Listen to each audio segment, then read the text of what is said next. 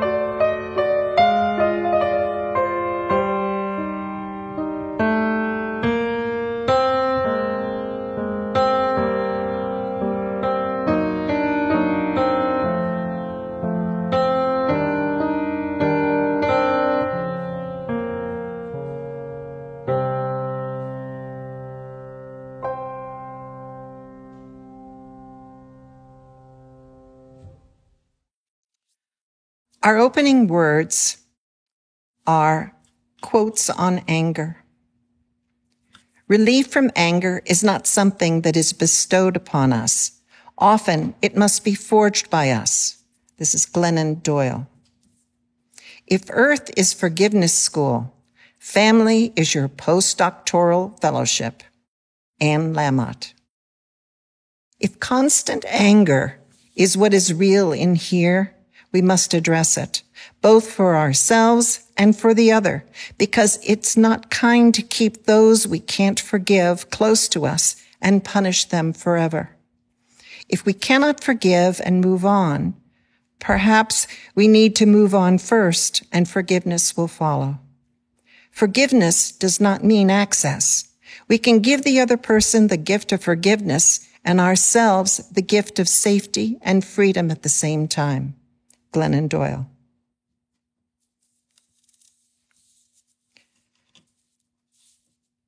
The Lighting of the Chalice is by Tracy Bleakney. It's called Welcoming the Stranger. A child journeys far from home, fearful and brave, in need of safe harbor.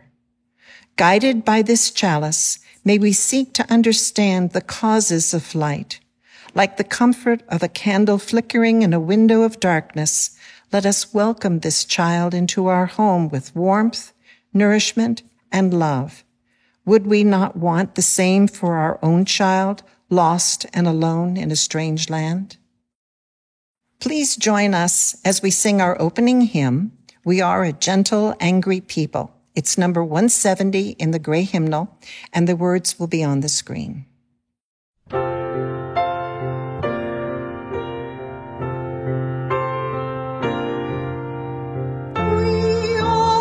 Gentle, angry people, and we are singing for our lives. We are a gentle, angry people, and we are singing for our lives. We are a justice-seeking people, and we are singing for our lives. We are a justice-seeking people, and we are singing for our lives. We are young and old together, and we are singing for our lives. We are young and old together, and we are singing for our lives. We are a land of many colors, and we are singing for our lives. We are a land of many colors, and we are singing for our lives. We are gay and straight together, and we are singing for our lives. We are gay and straight together, and we are singing for our lives. We are a gentle, loving people, and we are singing for our lives. We are a gentle, loving people,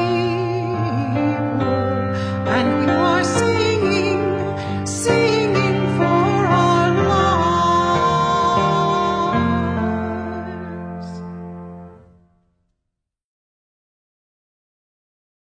Good morning, everyone. I'd like to talk to the kiddos right now about the 2 hardest words to say in the whole English language. It's not discombobulated or bamboozled or even supercalifragilisticexpialidocious. These words are I'm and sorry. That's right. The 2 hardest words for people to say are I'm sorry. But I am on a mission to stop this because these words are so important. They have the power to make someone else feel better, to make them happy, or to help them move on from something that was hurtful to them.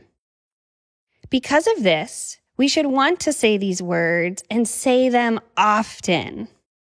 So I noticed that my 2 oldest sons were having a very hard time saying these words. So last year on Wednesdays during dinner, we planned something called Apology Wednesday. And at dinner, everyone had to think of something to apologize for. It was like an apology party. You could apologize for Sorry I was late. Sorry I forgot to clean my room. Sorry I just kicked you under the table. It could be anything. But the point was, we were practicing saying, I'm sorry. Because anything that's hard to do gets easier the more you do it. And if you can practice apologizing for the small things, maybe when there's something big you need to apologize for, you'll be ready and it will be easier because you've practiced saying, I'm sorry. So, we all make mistakes.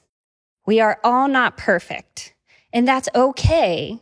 As long as we can learn to apologize, we'll always have another try. And people will always give us another chance. So, do me a favor and find someone later today to say I'm sorry to. I promise you will never regret it.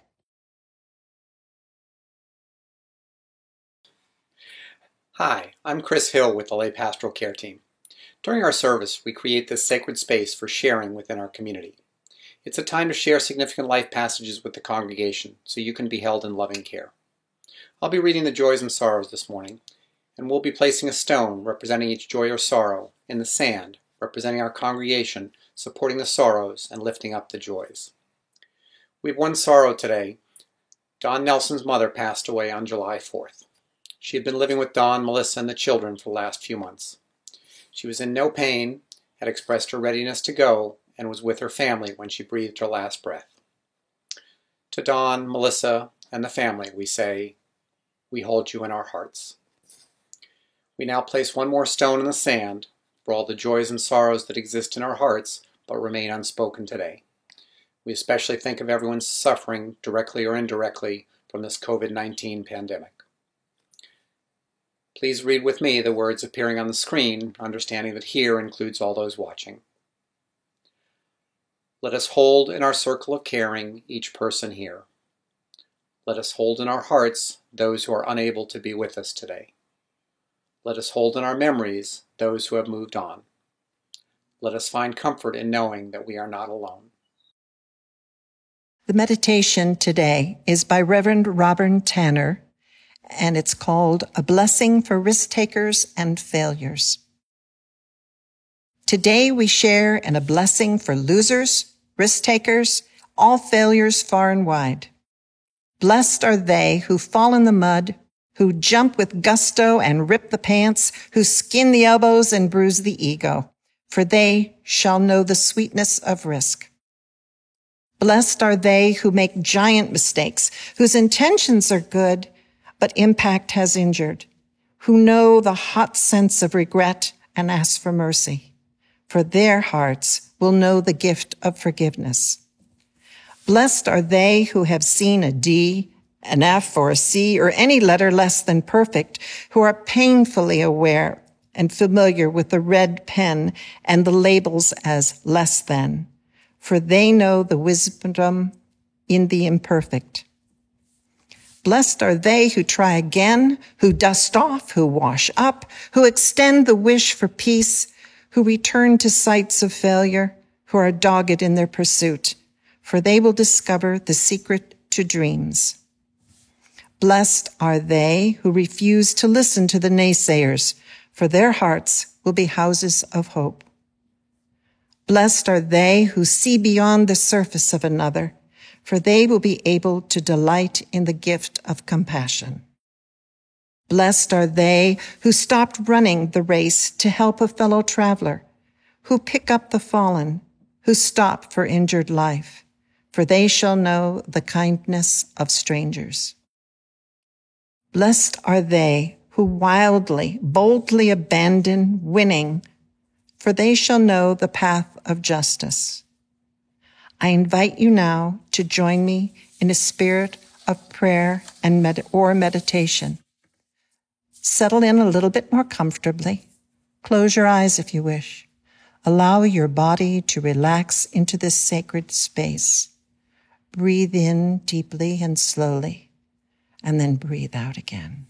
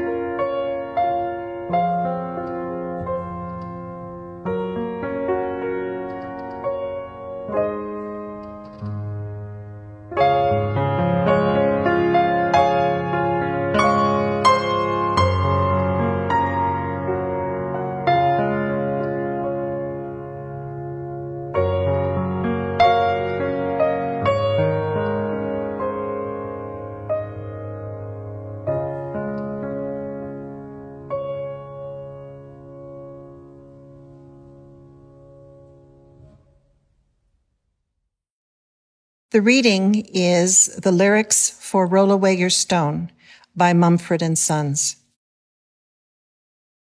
Roll away your stone, I will roll away mine. Together we can see what we will find. Don't leave me alone at this time, for I am afraid of what I will discover inside. You told me that I would find a home within the fragile substance of my soul, and I have filled this void with things unreal, and all the while my character it steals. And darkness is a harsh term, don't you think? And yet it dominates the things I see. It seems that all my bridges have been burned, but you say that's exactly how this grace thing works. It's not the long walk home that will change this heart, but the welcome I receive with every start. Darkness is a harsh term, don't you think? And yet it dominates the things I see. Darkness is a harsh term, don't you think? And yet it dominates the things I see. Stars, hide your fires, for these here are my desires, and I won't give them up to you this time around. And so I'll be found with my stake stuck in this ground, marking the territory of this newly impassioned soul. Stars, hide your fires, for these here are my desires, and I won't give them up to you this time around. And so I'll be found with my stake stuck in this ground, marking the territory of this newly impassioned soul. And you've gone too far this time. You have neither reason nor rhyme with which to take this soul that is so rightfully mine.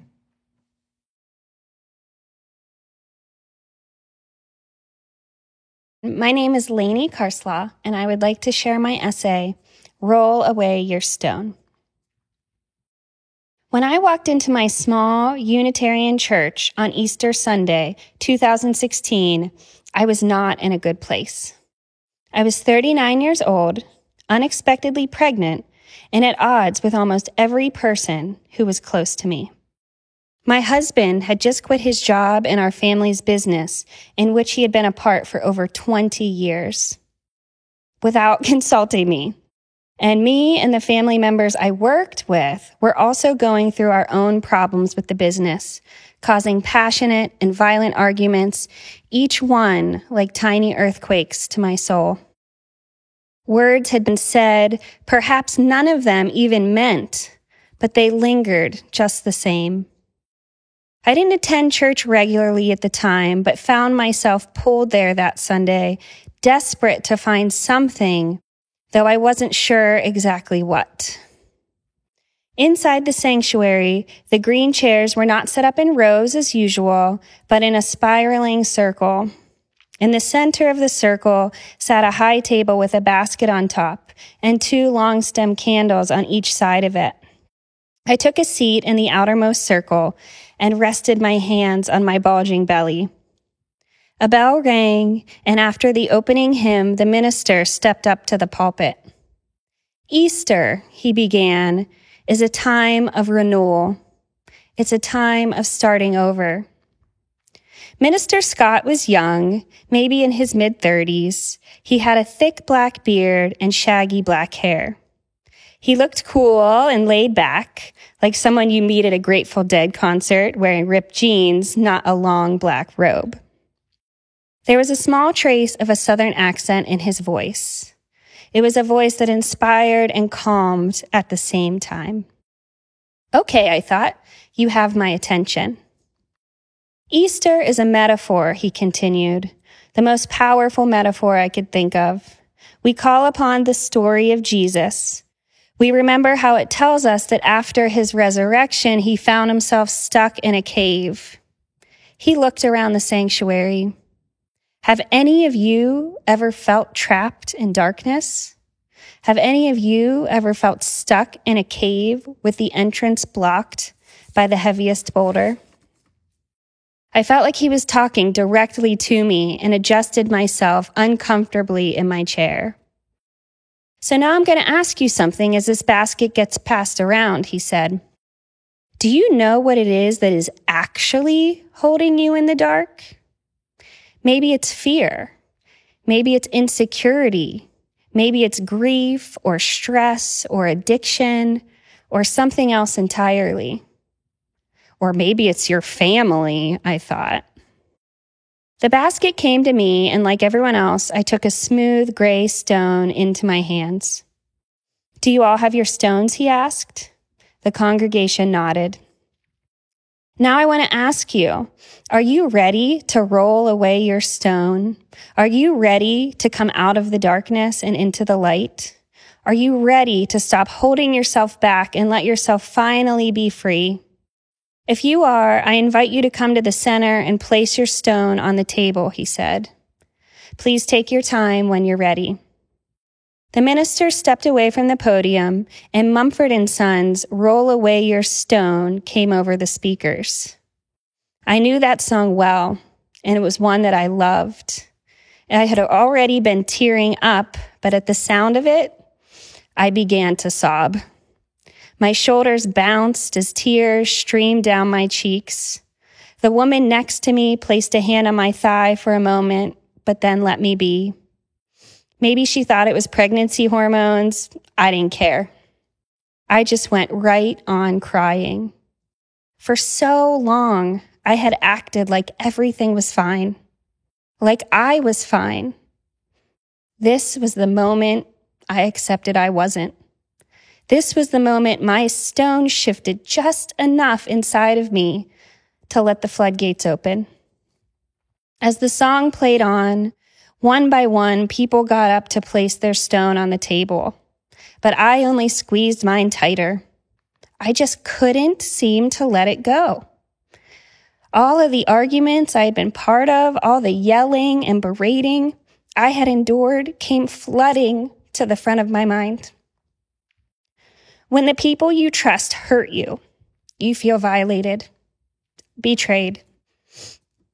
And that sort of betrayal over time can change you, can make you hard and guarded and closed off and cynical and angry without ever intending to become those things or even realizing you had become those things until a minister asks you, "What are you doing over there in the shadows? Come on out. Come on out and join us." And I wanted to, I did, but I also didn't think it was possible to just move aside this stone, this anger in my chest. I couldn't see any way out of my darkness. I closed my eyes and tried to focus on his words. It was true, I had felt cornered and trapped, but it wasn't my fault, I thought. Someone put me here, so wasn't it their job to remove my stone? Wasn't it their responsibility to lead me out? But then again, was anyone really forcing me to stay there? Who was actually the one refusing to move on?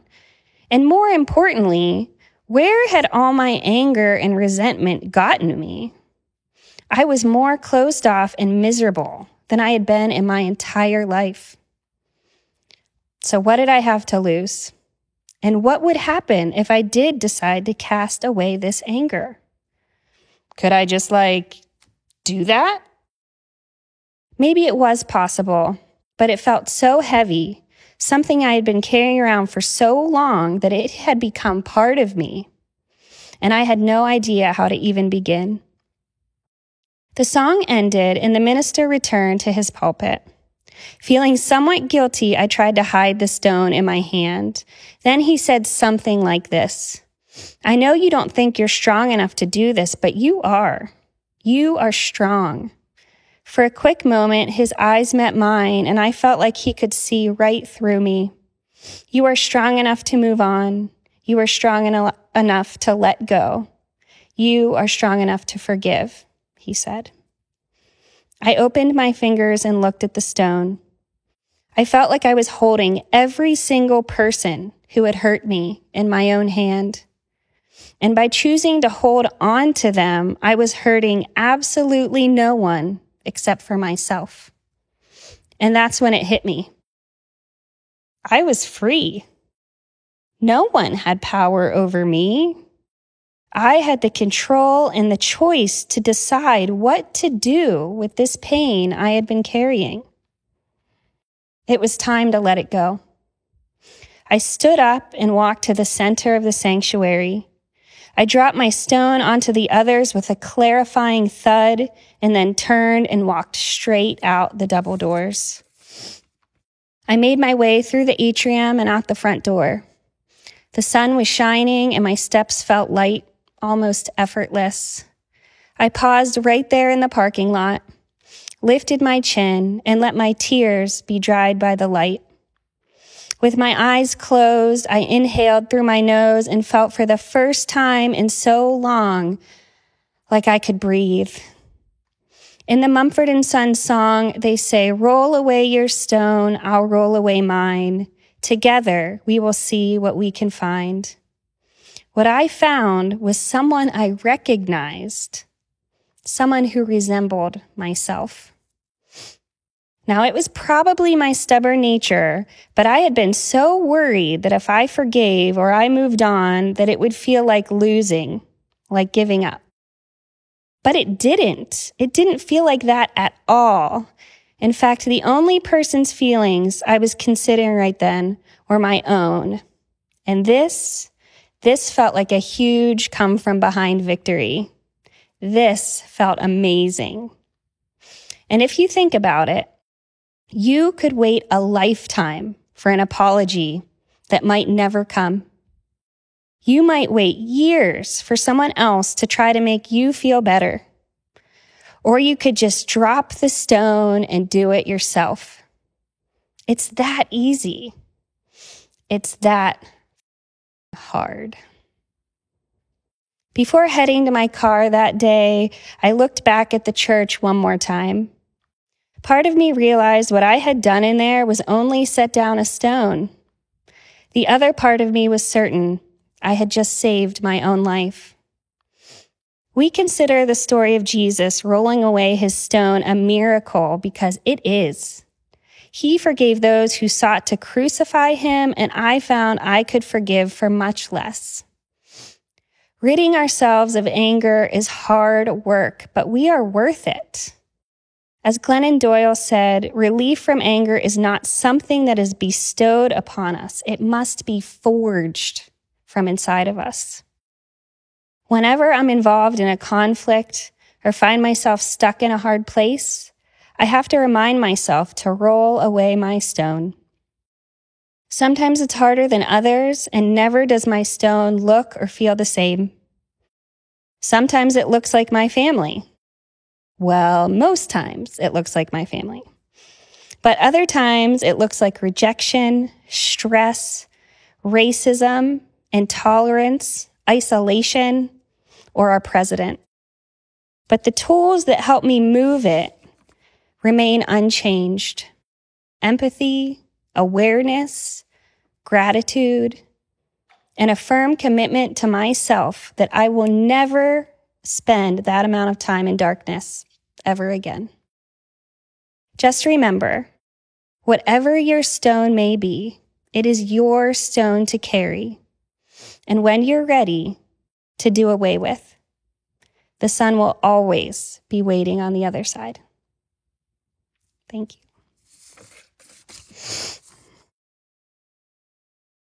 Thanks for listening to my essay. I have a small collection of essays called Unexpected Light that you can purchase for $10, and I will include this essay in it as well. And you can order it at LainieCarslaw.com. LainieCarslaw.com. Thank you so much. Please join in singing our last hymn, We Would Be One, number 318 in the gray hymnal. The words will be on the screen.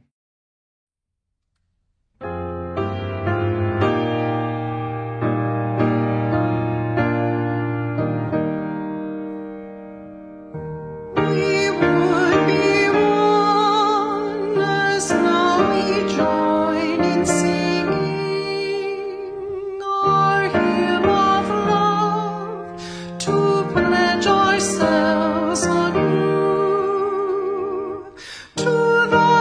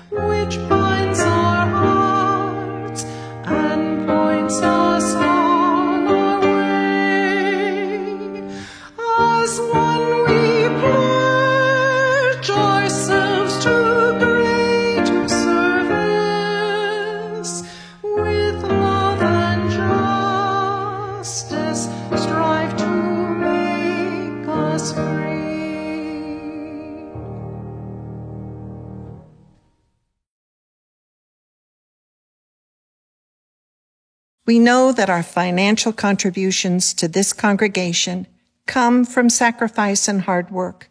We're so grateful for this and commit together to ensure the funds that we gather collectively do a greater good for ourselves and our world than they could have done alone. The morning offering will be taken by your going to uucnh.org website, finding the link in the upper right-hand corner that says Donate, and making a contribution equivalent to what you would be putting in the plate, or more. May we give today in love and in hope.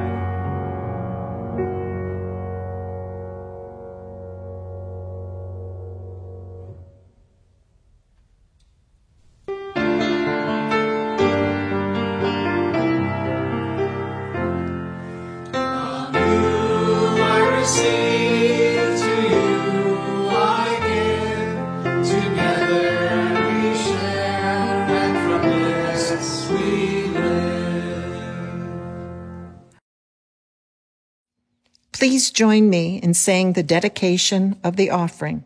The words will be on the screen. May these gifts and the work of our hands and hearts give power to all we stand for as a community of faith. The closing words today are by Reverend Wayne Amason. It's called Take Courage, Friends. Take courage, friends. The way is often hard. The path is never clear, and the stakes are very high. Take courage, for deep down there's another truth. You are not alone. May it be so. Go in peace. Ashe.